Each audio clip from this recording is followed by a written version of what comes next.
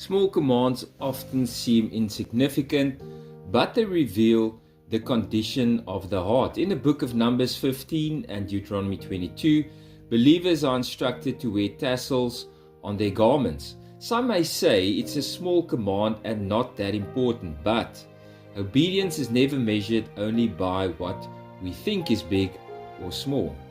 When you start focusing on the small commands, something interesting happens. Discipline and obedience begin to grow, and the bigger commands start falling into place naturally.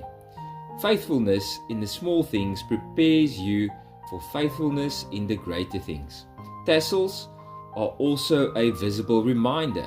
They remind you to keep the commandments, and they show others who you represent and who you follow.